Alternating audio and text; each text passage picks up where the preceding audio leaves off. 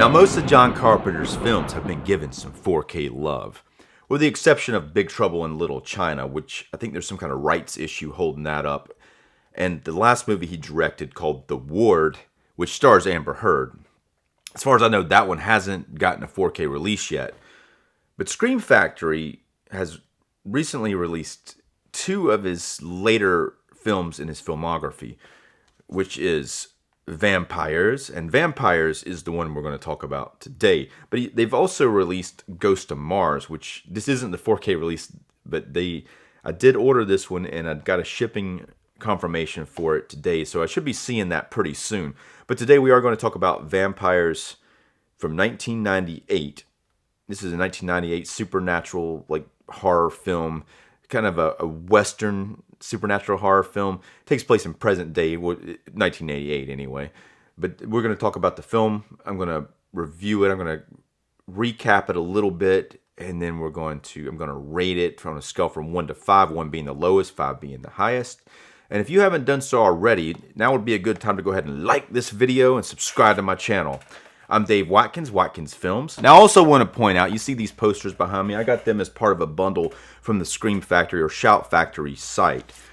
The bundle included this with this slipcover and also this slipcover here. Now it only has one disc, but I went ahead and put this slipcover over the previous Blu-ray that I have. Now this is another Scream Factory release. This is the Blu-ray version, and they had some pretty good artwork here that's not included with these. I kind of prefer this artwork to the new one. I've been a fan of John Carpenter. I really like, especially his 80s films, like Halloween, for instance, which 1978 was really when this came out. Kind of started the slasher craze, and I really like Prince of Darkness. Now I don't know if many people don't consider this one of their favorites, but most people will either have Halloween or The Thing on the top of their John Carpenter list, and I agree with that. It's kind of hard. I think that Halloween and The Thing are probably his best two films, though I've probably seen both of these too many times. Recently, I've been starting to really dig films like Prince of Darkness and They Live more, but also like In the Mouth of Madness, which I think is a very well done Carpenter film. Now, recently they did put out, Scream Factory also put out Village of the Damned with a special cover here. They did put this one out recently. Now, this is also one that he did in the 90s. Most of the ones he put out during the 90s were not very successful. Vampires is an exception. It did pretty good. He also put out the sequel or the remake to Escape from New York. Back to Vampires. Now, the first time I saw this film, I don't think I saw it in the theater. I remember I liked it okay. I was a little underwhelmed by it. I think I rented it, and I thought it was fine. It did have some positive things. I did kind of feel like it had some huge potential that it didn't quite fulfill. I still think that is the case, but I do enjoy the film for what it is. Now, the film stars James Woods, has one of the Baldwin brothers in it, Daniel Baldwin, and Daniel Baldwin actually turns in a pretty damn good performance here. Cheryl Lee, who played Laura Palmer in Twin Peaks. I'm a huge David Lynch fan, especially Twin Peaks fan, but she played Laura Palmer in Twin Peaks, and that's kind of what got her started acting-wise, and here I'm sure that's what caught her attention to John Carpenter. It also has Thomas Ian Griffin in it. Thomas Ian Griffin, I remember seeing him in a film I think it's called Cracker Jack. It was kind of like a Die Hard wannabe. They're trying to be Die Hard. Took place in a different type of setting. I think it was a resort or something. They had some other Cracker Jack sequels later on. I don't think it starred Thomas Ian Griffith, but he plays the main vampire here, and he does a really good job. I thought he was fairly convincing. Has Maximilian Schell in it, playing like a cardinal who's overseeing part of the church, and he has a smaller part in here, but he's pretty good. Tim Guinea plays a priest who's sent out to help. The character played by James Woods. The character's name is Jim or John Crow, but he has a priest that comes out and to help him, and so he's a pretty big part. Tim Guinea. Now, Tim Guinea, I did see him in the show called Hell on Wheels, and I recognize him from that. From when I saw this again, I didn't recognize him the first time because they hadn't made Hell on Wheels yet, but he's good in this and in Hell on Wheels. Now, Vampires is based on a novel written by John Stakely. It's written out on the novel most of the time. It's written out Vampires, and S has like a $, and it kind of has to do with this team of of people who kill vampires making money off of it is what I would assume. Now this thing starts out pretty strong. At the beginning of it, the John Crow character, James Woods' character, he has a group of vampire hunters, and they all go to this house. They're in this New Mexico kind of western town. They find this house that's full of vampires. It's a vampire nest, and so they go in and then they take them out, and it shows you how they operate. And they work pretty good together. Daniel Baldwin's character, he has they have a truck outside with a chain on it, or like a towing kind of hook, and then they basically shoot that into a vampire, and then they drag the vampires out into the sun, and then it kills them. And so it's a pretty cool opening sequence at the beginning of it. And then after that, they go to a hotel nearby, and the master vampire there's this nest, but there's a master vampire as well they couldn't find. They were hoping to find him, but they couldn't. But he's dug himself under the ground, and he comes back out after dark. And they all go to a hotel to celebrate, and they got a bunch of prostitutes there, including Cheryl Lee plays a prostitute character that James Woods is. Brings her back to a bedroom, and he's going to have sex with her or whatever. But then the master vampire shows up when he goes back to grab some beers or something like that for her, and he shows up and bites her, which kind of turns her into a vampire. But then he goes in the front door and kind of just annihilates everybody, the whole crew, with the exception of Daniel Baldwin's character and James Woods' character. And he bites Cheryl Lee's character, but she's not dead yet, but she's kind of starting to turn into a vampire. I'm a big fan of the show Supernatural, and I like this idea of the vampire hunters, and it kind of reminds me, obviously Supernatural came later, but it kind of reminds me of that type of thing, this going on. But I hate the way that the vampire hunters, for the most part, at the beginning of this, are disbanded.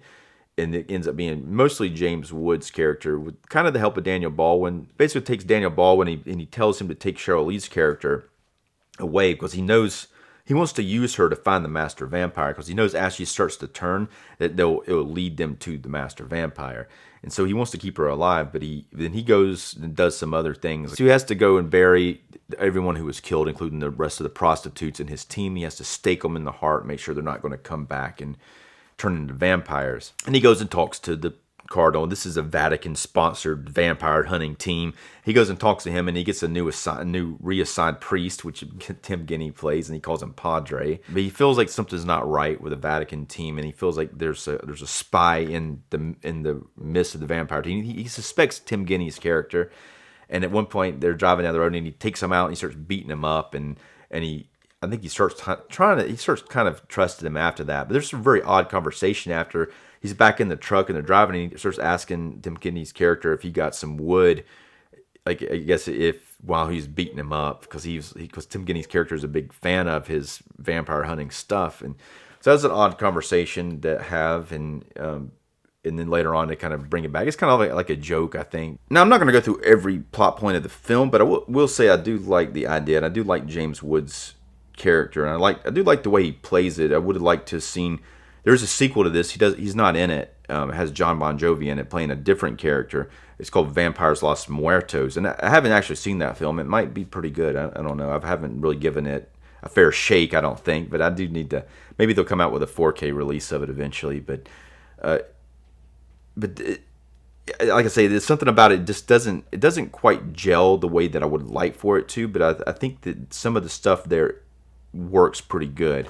And I got another vampire out in like a Western type of vampire film is From Dusk Till Dawn, which is probably a lot more well done than this. I think people know this just from John Carpenter. Let's talk about the 4K transfer.